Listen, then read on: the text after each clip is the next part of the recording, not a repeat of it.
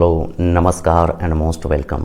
इस वीडियो में मैं बिहार बोर्ड 12th क्लास के 100 मार्क्स इंग्लिश की प्रथम कविता first poem sweetest love I do not go by John Donne का लाइन बाय लाइन एक्सप्लेनेशन और इस पोएम की समरी दोनों रखने जा रहा हूँ। Please be attentive. आइए अब poem sweetest love I do not गो का आनंद उठाते हैं। 40 लाइनों की एक कविता 5 स्टेंजाज में बटी है। 8 लाइनों की एक स्टेंजा है। तो कभी बिछुड़ रहे हैं, परदेश जा रहे हैं, अपनी पत्नी प्रेमिका बिलव्ड महबूबा से बिछुड़ रहे हैं तो उनकी महबूबा शोक गम में चली जाती है। तो सांत्वना देते हुए कवि कहते हैं sweetest love I do not go for weariness of thee.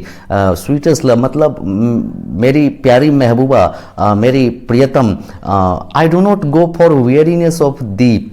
आपकी जानकारी के लिए बता दूं, आजकल जियो गो मतलब जाना होता है, ई नहीं है। तो ये 1611 ईस्वी में रचित कविता है, तो 400 साल पुरानी है। समझ सकते हैं आप। बहुत सारे स्पेलिंग में आपको फर्क देखने को मिल सकता है। अब जैसे THEE दी, जिसे आप आज यहाँ देख रहे THOU दो का ऑब्जेक्टिव फॉर्म है। सामने वाला सिंगुलर हो या प्लूरल हो, हम YOUU का व्यवहार करते हैं, लेकिन पहले THOU दो का व्यवहार होता था और उसका ऑब्जेक्टिव फॉर्म दी, तो दो दी दाई दाइन ये होता है। तो sweetest love I do not go for weariness of thee. Weariness मतलब थकान। तो मेरी प्यारी महबूबा, मैं इसलिए नहीं जा रहा हूं कि मैं तुमसे थक गया हूं, ऊब गया हूं, नहीं। Nor in the hope the world can show a fitter love for मी। ना ही इस आशा में जा रहा हूं कि दुनिया मुझे तुमसे ज़्यादा बेहतर कोई महबूबा प्यार दे सकता है, ऐसा भी नहीं है। But since that I must die at last it is best to use myself in jest thus by feigned death should die. But लेकिन चूंकि DYE मैं बताना चाहूँगा, कवि का अपना स्टाइल है, ये स्पेलिंग DIE होता है आजकल। तो चूंकि एट लास्ट अंततः आखिरकार मुझे मरना ही है, तो अच्छा यही है, इट इज़ बेस्ट, अच्छा यही है कि to use myself in jest. अच्छा यही है कि मैं खुद को जेस्ट यानी एक प्रकार से नाटक, मजाक कह सकते हैं, कि मैं नाटक में ही सही खुद को यूज करूं। 10 by fan death to die. Fan death से यहाँ पर बता रहा है जो झूठी मृत्यु जिसे आप कह सकते हैं। तो चूंकि आखिरकार मुझे मरना ही है, तो अच्छा यही है कि मैं खुद को एक मजाक या नाटक या मस्ती में इस्तेमाल करते हुए और नकली मौत का अभ्यास कर लूँ, नकली मौत का रिहर्सल कर लूँ। और इसीलिए बिछड़ना मतलब कुछ पल के लिए समझना कि ये अगर बड़ी मृत्यु तो नहीं है ये, लेकिन इस बिछुड़न को हम अगर पचा पाएँ तो वो अच्छा रहेगा हमारे दोनों लिए।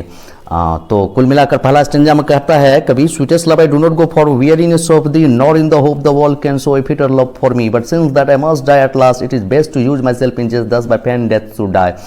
और इस तरह से मैं नकली मौत एक रिहर्सल करते हुए मौत का अभ्यास कर लूँ। बिछुड़ना मतलब मरने के समान ही लग रहा है, तुम गम में भी चली गई हो, और इसीलिए अगर इसको हम अभ्यास के रूप में कर लें तो बड़ी से बड़ी मौत हम पचा सकते हैं।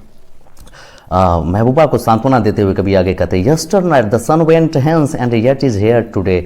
ओ मेरी महबूबा, कल शाम, कल रात या कल शाम सूर्य चला गया था, अस्त हो गया था, डूब गया था, and yet is here today, लेकिन फिर भी वापस लौट आया है और आज वहीं का वही है। ही हैथ, देखें HAS हैज़ को यहाँ हैथ का व्यवहार हैथ के रूप में लिखा गया उस जमाने के हिसाब से। तो he hath no desire nor sense nor half so short of way then fear not me but believe that I shall make a speedier journey since I take more wings and spurs than he. कवि यहाँ पर कहते हैं कि सूर्य के पास तो Dzire है, ना इच्छा है लौटने की किसी के लिए, और ना ही उसके पास समझ है, और ना ही कोई शॉर्टकट रास्ता ही वो जानता है। देन फियर नॉट मी, तो मेरी तो तुम फिक्र करो ही नहीं, but believe that I shall make a speedier journey since I take more wings and spurs than he. मतलब उनका कहना है कि बीती रात सूरज चला गया था और फिर भी आज वो यहाँ आ गया है। न तो उसके पास कोई इच्छा है सूरज के पास, न समझ है, न ही रास्ता छोटा करने का कोई तरीका है, विकल्प है, लेकिन विश्वास रखना कि मैं और भी तेज गति से यात्रा पूरी करूंगा, क्योंकि मेरे पास सूरज से कहीं अधिक पंख और हौसले हैं। स्पर्स, विंग्स मतलब पंख, और तो सूरज से कहीं अधिक पंख और हौसले हैं, यानी प्रेरणा है, प्रेम है, उत्साह है तुम्हारे पास वापस लौटने की, और इसीलिए मैं सूर्य से कहीं तेज़ गति से अपनी यात्रा पूरी करके लौटूंगा तुम्हारे पास। और आगे फिर कहते हैं, O how feeble is man's power that if good fortune fall cannot add another hour nor a lost hour recall but come bad chance and we join to it our strength and we teach it art and length itself over us to advance। तो इस stanza में हम देख सकते हैं, कभी कहते हैं कि oh how feeble is man's power, कितना कमज़ोर है आदमी, यानी इंसान की शक्ति कितना कमज़ोर है। That if good fortune fall, मतलब मनुष्य की शक्ति कितना निर्बल है, अगर अच्छा समय आए, इफ़ गुड फॉर्चून फॉल, अगर अच्छा समय आए तो कैनॉट एट अनदर आवर, तो उसमें इंसान 1 घंटा उसको बढ़ा नहीं सकता है अच्छा समय को, और nor a lost hour recall, ना ही जो समय बीत गया है, चला गया है, उसको वापस भी नहीं ला सकता है। बट कम बैड चांस, लेकिन अगर बुरा समय आए तो हम अपनी ताकत से उसका मुकाबला करें और उसे हरा दें, अर्थात बैड चांस के लिए यहाँ पर ये कह रहे हैं, and we join to it our strength and we teach it art and length itself over us to advance. लेकिन जब बुरा वक्त आता है तो हम पूरी ताकत से उसका मुकाबला करें, हालांकि हम बुरा वक्त को जो है और उसको बुरा बनने के लिए छोड़ देते हैं। Itself over us to advance, यानी जब बुरा वक्त आता है तो हम उसमें शामिल हो जाते हैं, अपनी शक्ति दे देते उस बुरा वक्त को, और वो बुरा वक्त और बुरा होता है, और ये एक प्रकार से itself over us to advance, और वो आगे बढ़ता है, लेकिन हमें उसका मुकाबला करना चाहिए। फिर आगे कभी कहते हैं, when thou sighst not wind, but sighst my soul away, when thou wepst unkindly kind, my life's blood dot decay, it cannot be that thou lovest me as thou sayest, if in thine my life thou waste, thou art the best of me। कभी यहाँ कहते हैं कि जब तुम आहें भरती हो, साय मतलब आहें भरना, जब तुम आहें भरती हो तो दो साइस्ट नॉट विन, तो हवा नहीं, तुम आहों में हवा नहीं छोड़ती हो, बट साइस्ट माई सोल अवे, बल्कि तुम आहें जब भरती हो तो वो वहाँ पर हवा नहीं बल्कि मेरी जान समझो बहा ले जाती हो तुम। और व्हेन दो विप्स्ट अनकाइंडली कैन, जब तुम रोती हो तो वो अनकाइंडली कैन यानी क्रूर अनचाहे दयालुता वाला तरीके से जब तुम रोती हो तो माई लाइफ्स ब्लड डॉट डिके, और तुम समझ लो मेरे जीवन का जो रक्त है वो नष्ट होता जाता है, जीवन रक्त नष्ट हो जाता है। इट कैनॉट बी दैट दो लव्स टू मी, ऐसा नहीं हो सकता है कि तुम मुझसे वैसा प्रेम करती हो एज दो सेस्ट, जैसे तुम कहती हो, if in thine my life thou best thou are the best of me.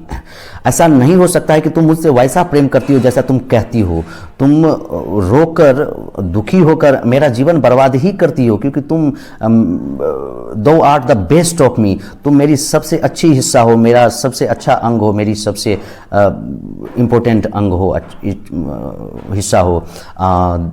Late not thy divining heart forethink me any ill, destiny may take thy part and may thy fears fulfil, but think that we are but turned aside to sleep, they who one another keep alive never parted we।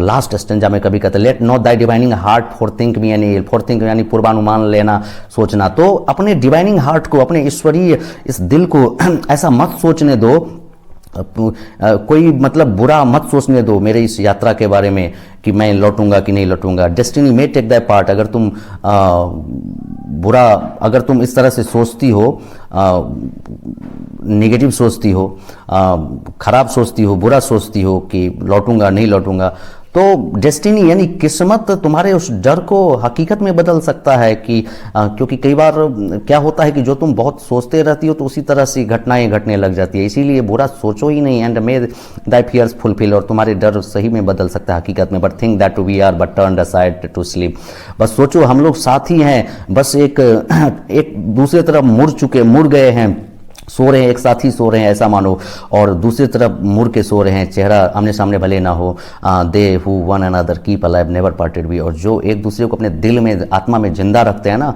वो मरने के बाद भी वो बिछुड़ते नहीं है, मरने के बाद भी वो जुदा नहीं होते हैं। तो यहाँ पर कवि का ये कहना है कि अगर प्रेम मेरे प्रति तुम अपने दिल में और तुम्हारा प्रति मैं अपने दिल में रखता हूँ ना, तो ऐसे में मृत्यु भी हमें नहीं हरा सकती है, मृत्यु के बाद भी हम एक दूसरे के कांटेक्ट में रहेंगे। तो बेहद खूबसूरत कविता है। मैं अब इस कविता की समरी आपके सामने रखने जा रहा।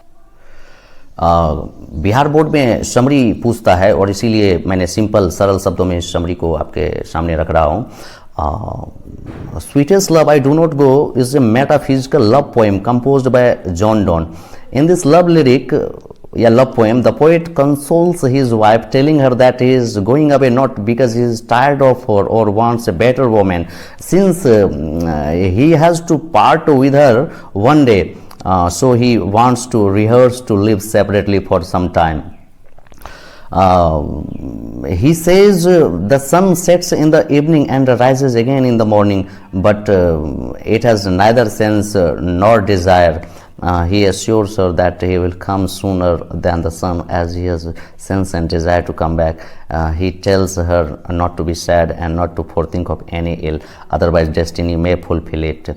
The poet says man is before death, man is helpless before death. I would add here helpless. Man is helpless. Man is helpless before death. But death is helpless before true love.